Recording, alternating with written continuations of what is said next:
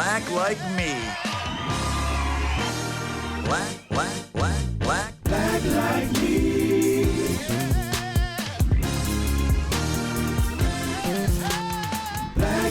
me.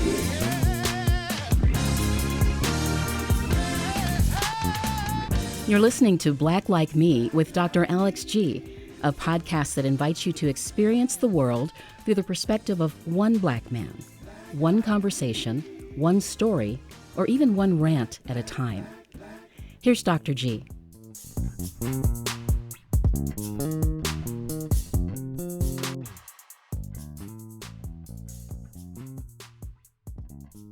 Hey, good people. Welcome back to another episode of Black Like Me with Dr. Alex G. You know, people often ask me, hey man, how do you handle this? How do you stay up? How do you stay encouraged in this work? Well, I've got strong faith. I've got a great team that helps me to keep going. Then I've got friends and colleagues who are in the struggle with me. And one of those colleagues is stopping by the studio today. It's Dr. Eddie Moore Jr., Ph.D. This man is a scholar. He is a sought after conference speaker. He is an entrepreneur. He's an author. Did I say that already? In 2014, he created the Privilege Institute. He is the founder of the White Privilege Conference. He is well known. He's award winning for some of his interviews that he's given on Wisconsin Public Radio. But this man is in the trenches helping white people understand how to identify their privilege and what steps can they take to dismantle it in order to make life better for us all. Listen, sometimes I just need people like this in my studio just to let off steam, to let them let off steam, and just get a chance to talk together. I've asked him to come in today and just talk with me. Let's just do a check-in with each other. Let's just do a black man check-in, and you have the benefit of just listening to us, caring for each other, checking in on each other. You're going to enjoy this episode. All right? Sit back, listen to this, enjoy this. And as always, find people that you can share this information with. Man, Eddie, that was great to have Robin on with us just to give us a preview of the White Privilege Conference. And again, I'm excited that anybody, anywhere can go. So I'm hoping that my listeners, that they will give themselves the treat of this educational experience, particularly since you're going to have women taking the mic and just giving us leadership in this, man. So I'm really glad about it. But bro, listen, in light of all of what's happening in America, in the world, this insurrectionist, how are you doing? I just wanted to take a few minutes just to check in with you, black man to black man. How are you doing, man? Man, I got to give big props to my wife because she's just making sure self-care is at the top of my list. So I've been under a witness protection program. A weather protection program. So we were someplace warm, man, just being able to get outside, and enjoy. We're celebrating, 15 years together, 11 years marriage, and her birthday as well. So yeah, man, I feel energized. I feel refueled and ready for another year, 2021. I mean, 2020 was challenging, but there's some opportunities on the horizon, man. I think this is the year where we have a great, even greater window of opportunity around funding, around interest, and it's just going to be, sure. I think it's going to be really critical to see what people do strategically with this window of opportunity. Man, yes. Listen, you're a black father. How do you talk to your children about this, particularly your son? I've had a chance to meet him, and I'm imagining he's like about 10 now. How do you talk about the world, or even how you're feeling? There must be days where you seemed sad, at least early on, sad or so. Have you talked to your son about the world, or just some of what happened, what was going on in the world last year for Black people? Yeah, I've been thinking about this a lot, and the formula I've come up with is really fun and danger. Fun in that, man, I lived, and I'm sure you can relate to this, but I lived such a life of trying to be successful, sure, that it was unhealthy the way that I was grinding, up early, up late, twice as hard, 3 times as much, I mean, Yeah. it can get you to some real good places, but it can be unhealthy. And I'm trying to make sure my son has fun, that there's Yeah. space to laugh and just be a stupid little boy every now and then, doing dumb stuff, learning lessons around the life that, is around him, surrounding him. So that's number one, trying to embed that fun and keep that fun there, as well as reminding him of the fact that you can go to the store and die. You can drive your car on an errand and not come home. There is real danger out there, That's real talk. even in the police force. Right. And so trying to strike that balance though, bro, that's it. I've only been able to name it, but I haven't quite come up with the formula, but that's what I'm trying to do. We're trying to do. And lastly, we want to have a space where our kid feels like they can ask anything. They can say anything. I mean, we don't have all the answers, but we're continuing to try to learn here at the Moore household. But for Jackson, our 10-year-old, but Anaya, our 3-year-old, trying to, again, just facilitate a space where honesty, transparency can be a part of our family time. And my wife and I, we got to figure out some answers sometimes. Sometimes we got some answers. Sometimes we just laugh our butt off because they just say, they just say the stuff that just gets you off your chair every now and then. So yeah, that's a little bit about, the family, but specifically about Jackson, fathering a Black boy, bro. It's trying to be fun, man, but also, yeah, I can't imagine. Yeah. Ahmaud Arbery, we just celebrated a year of his assassination, 25, bro. 25 years old. 25. Man, that's heartbreaking. That's heartbreaking, man. Out for a jog, never comes home. I got to tell you, Eddie, Madison, it's a fairly safe, community. It's not, it's not a large metropolitan area. Not that smaller is safe, but you know what I mean? There are certain places, college towns tend to be a little bit more laid back. I have not gone on an evening walk or an evening jog since Ahmaud Arbery was killed. Now, I don't think I want to be gunned down when I go outside, but my wife and daughter have asked me not to do that. And I like evening walks because it's more relaxing. I can release the stresses of the day. And but I do find myself doing things like, even if I'm walking during the day, if I have my phone in my hand, to put up to my ear so that it doesn't look like, well, there's a man that's walking around the block several times. I've never seen him before. And I lived in this house for 25 years, but there's lots of transition. So most of the folks don't know me or recognize me. So I play a scenario in my head that someone could be sitting in the living room saying, wow, there's a Black man with something in his hand that's walked past my house 3 times, because it's a half-mile loop. So I can go out there and do 4 loops just to get a couple of miles in. I never used to think that, man. I grew up in this community. I've been living here for 25 years, but since Ahmaud Arbery gotten shot, I am conscientious of my phone placement, and people who don't know I live in this community saying, wow, I didn't know there were any Black people on this block. And I've seen him twice in front of my house. Is he casing something? That in itself, the mental and emotional calisthenics of thinking through my own evening constitution, man, that adds stress. And so I lose the stress that I would have gotten had I walked, but the added stress of knowing not only that I'm not walking, but why I'm not, man.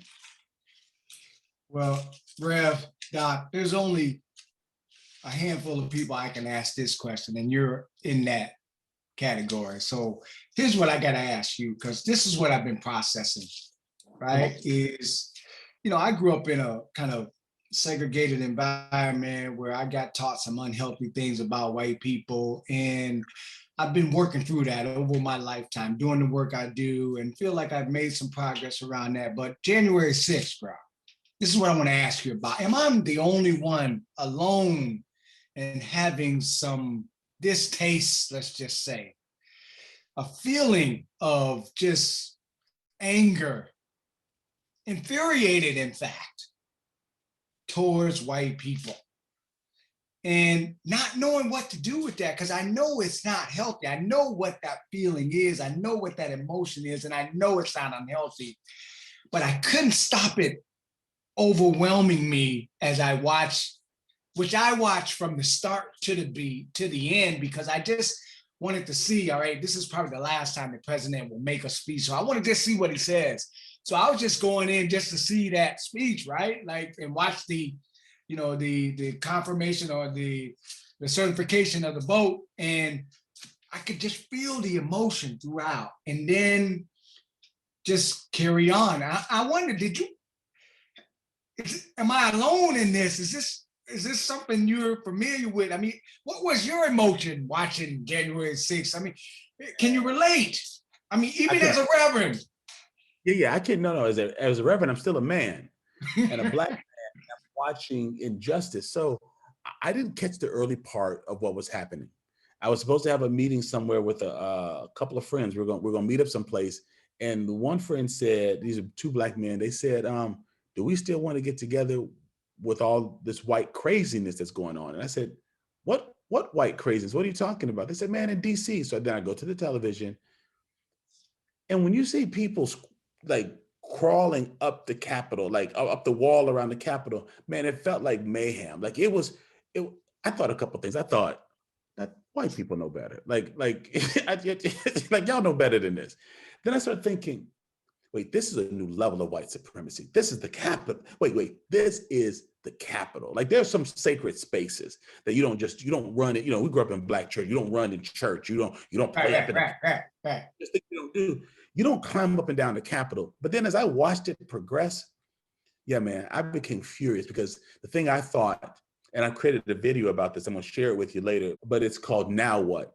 And it's a poem I've written because black people are thinking that just because Trump is moving out, we're ready to ride off into the sunset. I tell you what infuriated me. The fact that these people did it and didn't cover their damn faces. The fact that they did it and they weren't martyrs. They didn't leave notes, as far as I know, on their bed saying, honey, I might not be home tonight. If you and I were gonna go do this, we'd take our wives out. We would bring our kids together and say, here are my passwords. Yeah. That's such a good point. Meet me at the airport. We're about to go. Yeah. And then they came back. So they're sitting at Pelosi's desk with no mask on.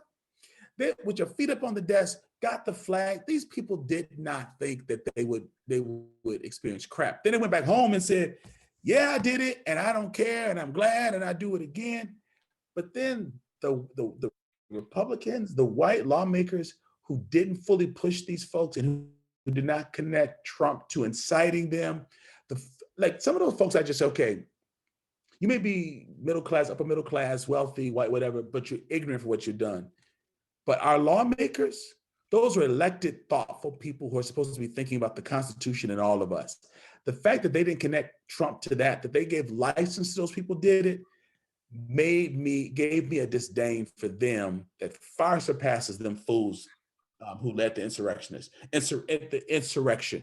The folks who just tried to stand party line and not understand the democracy of America that was breached that day, and for them to stand alongside their guy and their party line just made me sick to my stomach of those white people.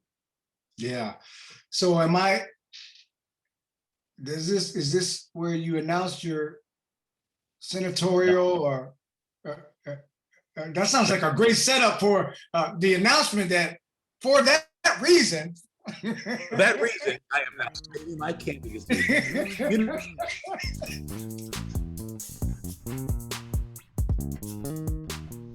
Hi, this is Amy from Eugene, Oregon. I listen to Black Like Me because I want to hear different perspectives and push myself out of my comfort zone as a white person. I support the podcast as a Patreon because it's an awesome show and I know it takes a ton of work and effort to make it all happen. Hey, what's up, Black Like Me family? We are celebrating the 5th year of this award-winning podcast, Black Like Me. It now has a reach throughout the U.S. and in over 100 countries around the world. This podcast is changing the conversation about race in America. by going to patreon.com/blacklikeMe and signing up at any of the levels offered. You are not only signing up to make a monthly donation, you are also helping to create better content and, more importantly, joining a growing community of people interested in engaging the issue of race with a raw, unprecedented honesty and creating a better society. And as a patron of the podcast, you'll have access to exclusive content like extended interviews, bonus rants, and video chats with Dr. G. You will also have a chance to join the conversation that other patrons are already having with Dr. G about race in America. So to become a patron of the show, go to patreon.com/blacklikeme or see the link in our show notes. And for as little as $2, you can support these important conversations and the work that Dr. G is doing. Thank you in advance. Oh, no, I appreciate that. Now, people want us to start moving into them offices once everything is all effed up. We need some people to come up in here. Now, the white people have to clean up some of the mess they made. Who's that? The Jackson Southerners or somebody. They used to think I got to clean up what I messed up. Somebody's gonna have to go in and clean up some of that stuff that's happening. But I tell you what, it's set back race relations quite a bit because some of the white people who are quiet during COVID, quiet during its impact on Black people, quiet during white folks saying, I want my nails done and my hair done and wanting essential workers to go back to work, they're kind of quiet. But then when that happened and some of those same people were still quiet, I think a lot of people of color, particularly Black people, said, okay, it's not just what you say. We understand, King, now. It's the silence of well-intentioned, good-meaning white folks that tells you what time it is.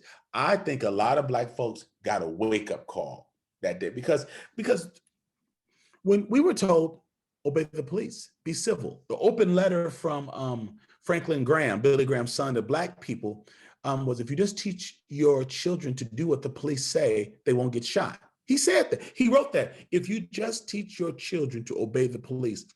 But yet, where was his rebuke against all those white people who were not obeying the police, who were breaking federal law? Man, listen, they almost threatened to arrest my mom for writing on the St. Louis Arch. Now, she shouldn't have been doing it, but because they said it was federal property, it was a federal offense. They made it very clear, if you don't stop, you're going to jail. How the hell are all those people going to be going up in the Capitol, running up in, like a bunch of bad white kids? How are they going to be running up and down, all them home, doing all that kind of stuff and go home? Free. And go home free, alive, not in the body bag. And free, alive and free.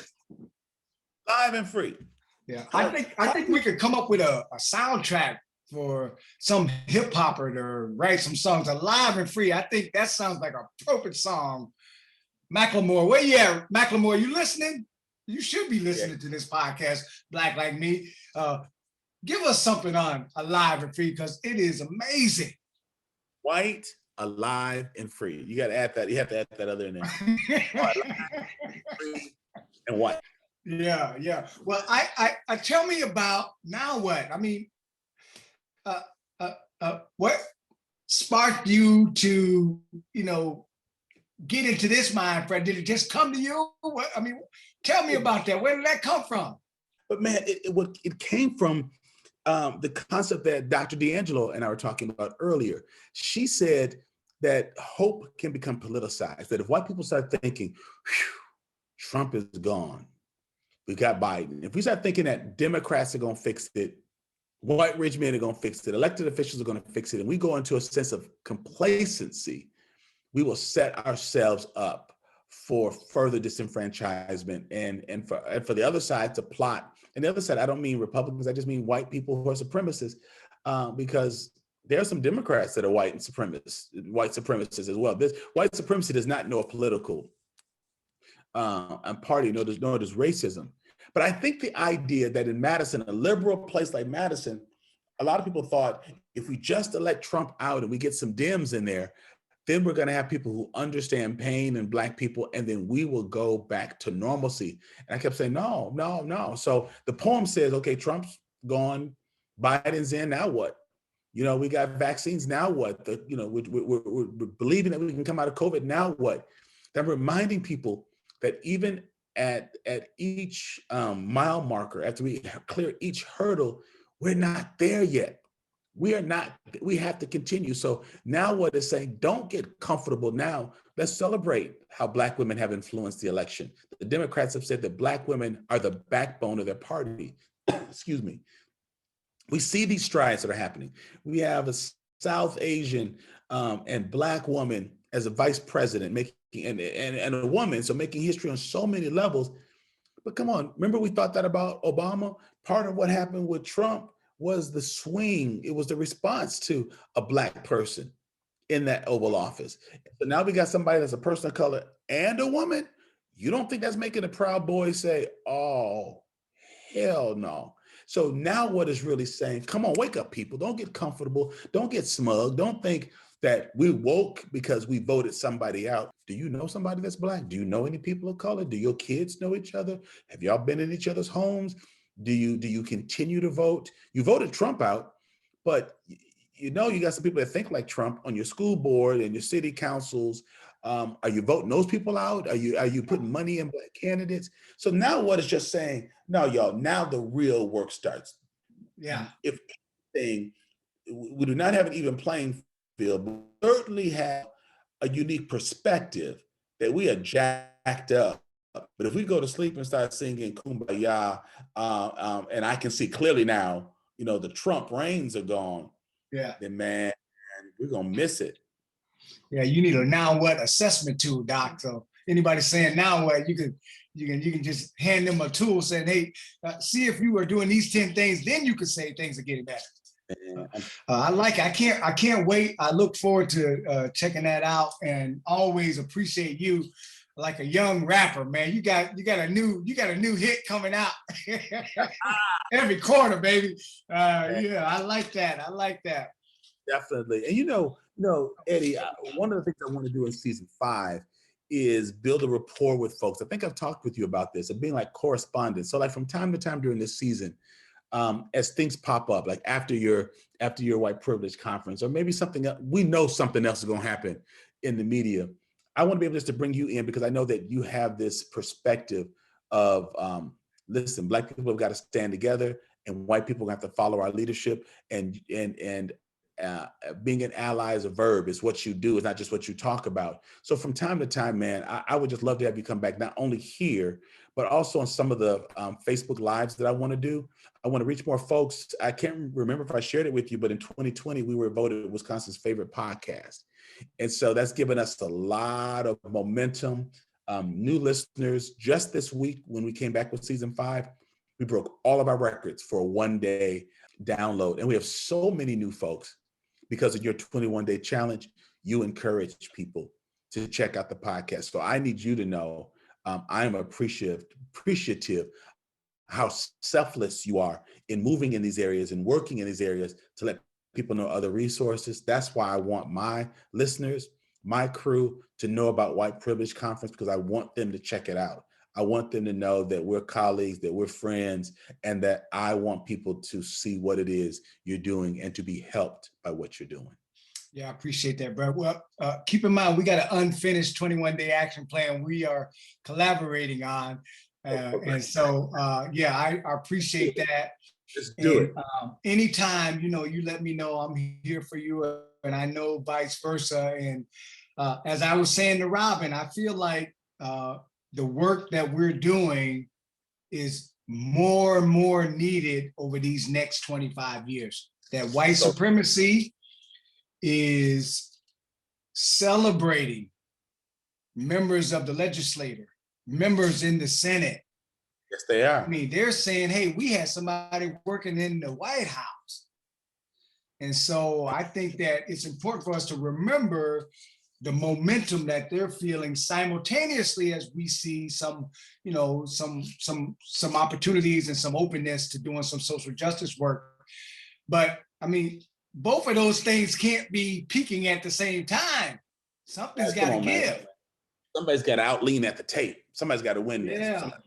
Yeah. And so Man. Yeah, I think particularly in the most progressive spaces and places where people are using, the work and research of Professor Kendi, which is brilliant, and talking about they want to be anti-racist, yet they still have racists in their environment that they know about. That they know Right? about. Or they talking about they want to be an anti-racist organization, corporation, community. And so, I think it's going to be 2021 in the next 25 years. I mean, this is our time, Doc. I'm just happy and blessed that I've got a brother like you out there grinding. Man, I feel the same way. You remember it was about a year ago, we had a conversation. We just said, man, are we going to come through this? We didn't know how it was going to impact our work. Your work is based on a conference. I do a lot of work at U.S. Black History. Man, we put our Black History course online because we had to. I told my team we're going to do it. Last year, we broke a record with 270 people taking it in person.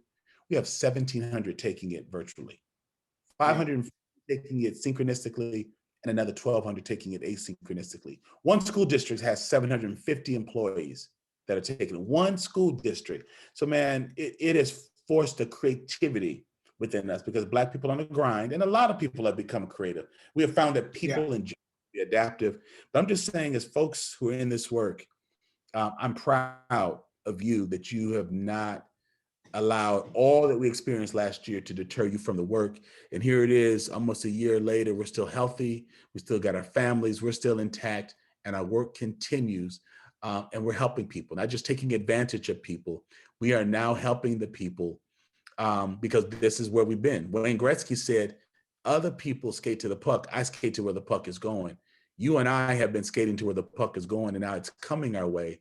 And we want to help white people work with white people and systemic racism because that can't be our job. And so I'm just glad that you have just held that line, that you are doing well, that you've come through 2020, and that even in 2021, you are more encouraged and more emboldened to do your work, man. I'm proud of you, and I'm really proud to be connected with you. Yeah, bro. Sending you love, man. I appreciate you always from the beginning, supporting, creating, inspiring. I genuinely just sending you love, man, and appreciation as well.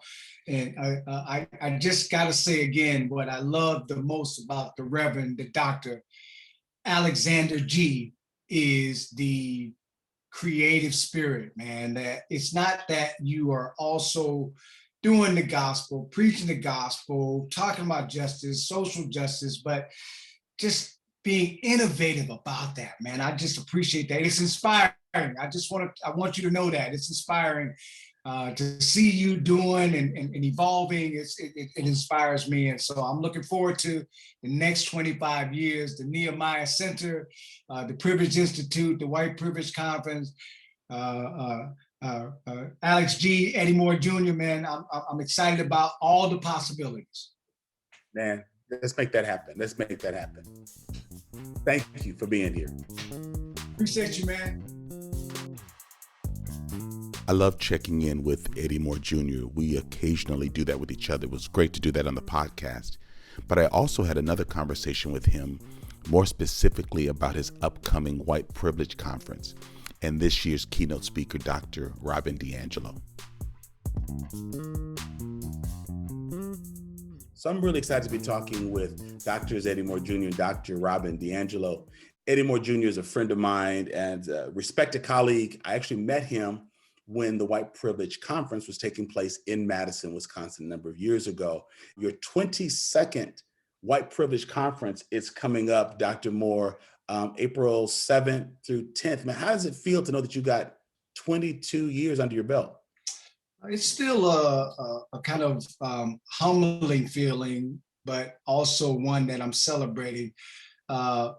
Keep in mind, Brother G, that for so long, I felt like a little kid with an imaginary friend that no one believed was relevant, was important, was even real.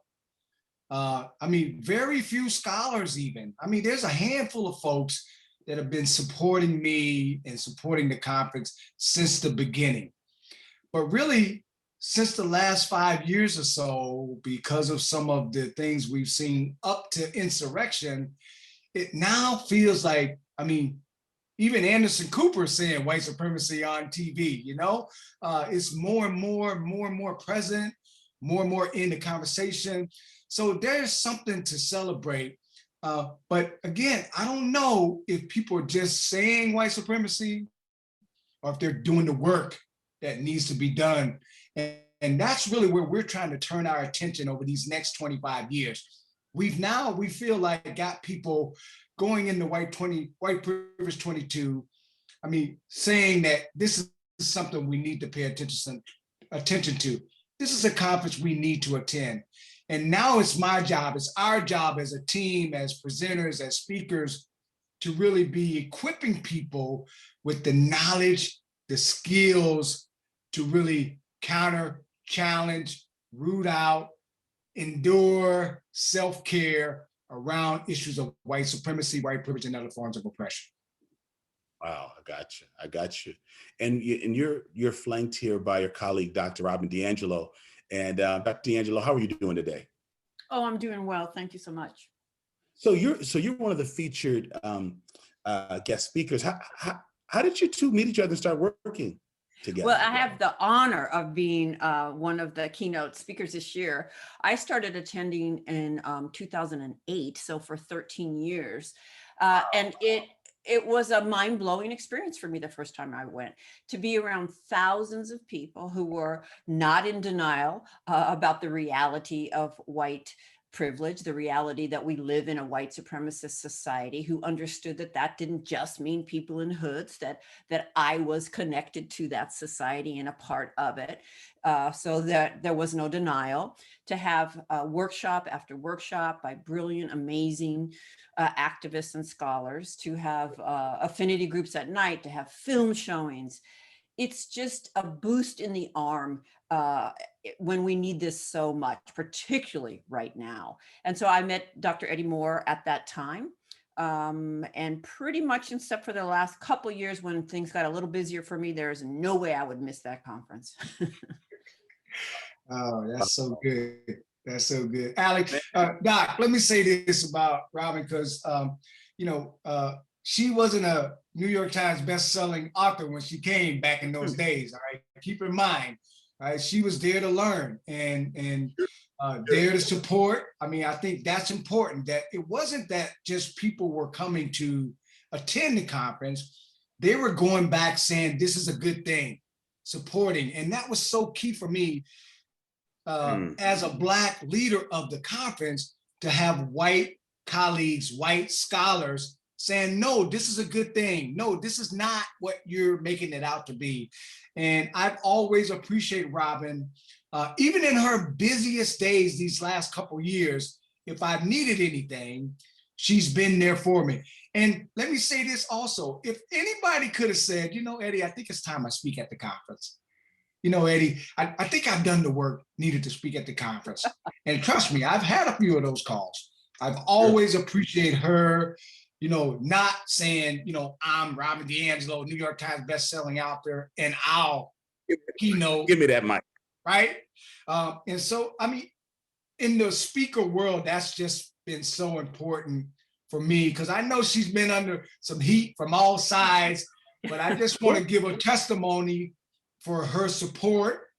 I also appreciate her being willing to not only support me, but follow Black leadership, which is so critical in putting on this conference. And so I think our best years are still ahead of us. And so I think now white supremacy is clearer to a lot of people, but that means the work is going to be different over these next 25 years. And so that's what I'm really looking forward to now, is how all of us can be more collaborative, more strategic, but also more committed as we begin to see white supremacy feeling a little more confident in the 21st century. Good, Yeah. man. Thank you, Eddie. And let me say, more than ever, I want to echo that, because the term white supremacy is in the mainstream. The concept of systemic racism is in the mainstream. For people like Dr. Moore and myself, who've kind of been beating this drum for decades, it's incredible that finally in the mainstream, these terms are being used. But that doesn't mean, I would say, speaking as a white person, that the average white person could articulate with any coherence or depth what that means. So we absolutely have to keep our education going. And the White Privilege Conference is just an incredibly effective place to be doing that work. Well, that's fantastic. It's well said. Well, the conference this year is April 7th through the 10th. Folks, you have no excuse. You can't say, well, it's not in my city. You know, I'm not from Iowa. I'm not from Wisconsin. I'm not from Texas. Anyone and everyone from around the globe can participate. We will have a link, a registration link in our show notes so that you can check this conference out. And even if you think that you are woke, you're experienced, that you teach this, talk about this, there's still so much more to learn. And I think, if I'm reading between the lines correctly, when Dr. D'Angelo started attending this conference back in Springfield, it was a community where like-minded people could gather. And so even if you are working in this area, would find it tough to have a community, particularly if you're non-Black, specifically if you're white, check out the conference, click the link, purchase your registration, and find community that will help you move closer to making this nation something that we can all be proud to be part of. And so, may I just ask you one parting question, Dr. D'Angelo? Will your strategy be any different this year in your keynote? And you're probably still developing it if you're like me. I'm still, I'm like, it's not ready until it's ready. But I'm just curious, do you feel like you need to do something different with 2020, January 6th behind us in your presentation, or are you just still doing what you normally do, but you're just doing it to a more awakened crowd? No, I feel that I need to drill in deeper precisely because the forces of explicit white supremacy are so amplified. It's really easy for those of us who do not relate to that to distance ourselves, to see it as over there. We could talk for hours about how awful and outrageous they are and how hypocritical they are, but they can't do what they do without some form of my complicity. And so it is incredibly important to me to always have us, those of us who are white, bring it back to ourselves. It doesn't look like that over there, but it looks like something. And what is that? And how can I continually challenge that? That's good. That's good. Thank you so much for talking with us, Dr. D'Angelo. Thanks for having me. Yeah. Rev, I think it's worth mentioning the theme this year before Robin goes. I mean, every year we try to give it a theme. And this year I just felt like I need to step to the background and listen to the women across the world and their message around this issue. And so this year's theme is the truth, the whole truth, and nothing but from a woman's perspective. And so we're really, really excited for an outstanding lineup, including Robin, as well as some other great scholars and activists, Fatima Stanford, Dr. Joy DeGruy, and also Linda Sarsour. That's fantastic. That is fantastic. Click the link in the show notes, folks, and get your registration quickly. Black like me. Black like. This has been another exciting episode of Black Like Me with Dr. Alex G. Special shout out to Eli and to Jeremy, who are my engineers and my editors on this, to Don Thornton, who is my podcast manager, who makes sure that we line all of this up, to Corey Saffold, who is responsible for that exciting new jingle, that Black Like Me jingle. I'm so excited about that. And to vocals by Marcus Fleming. Thank you for listening to today's podcast. You can find out more about Dr. Alex G's amazing work at alexg.com. Black Like Me is sponsored by the generosity of the Human Family Unity Foundation. Black like me.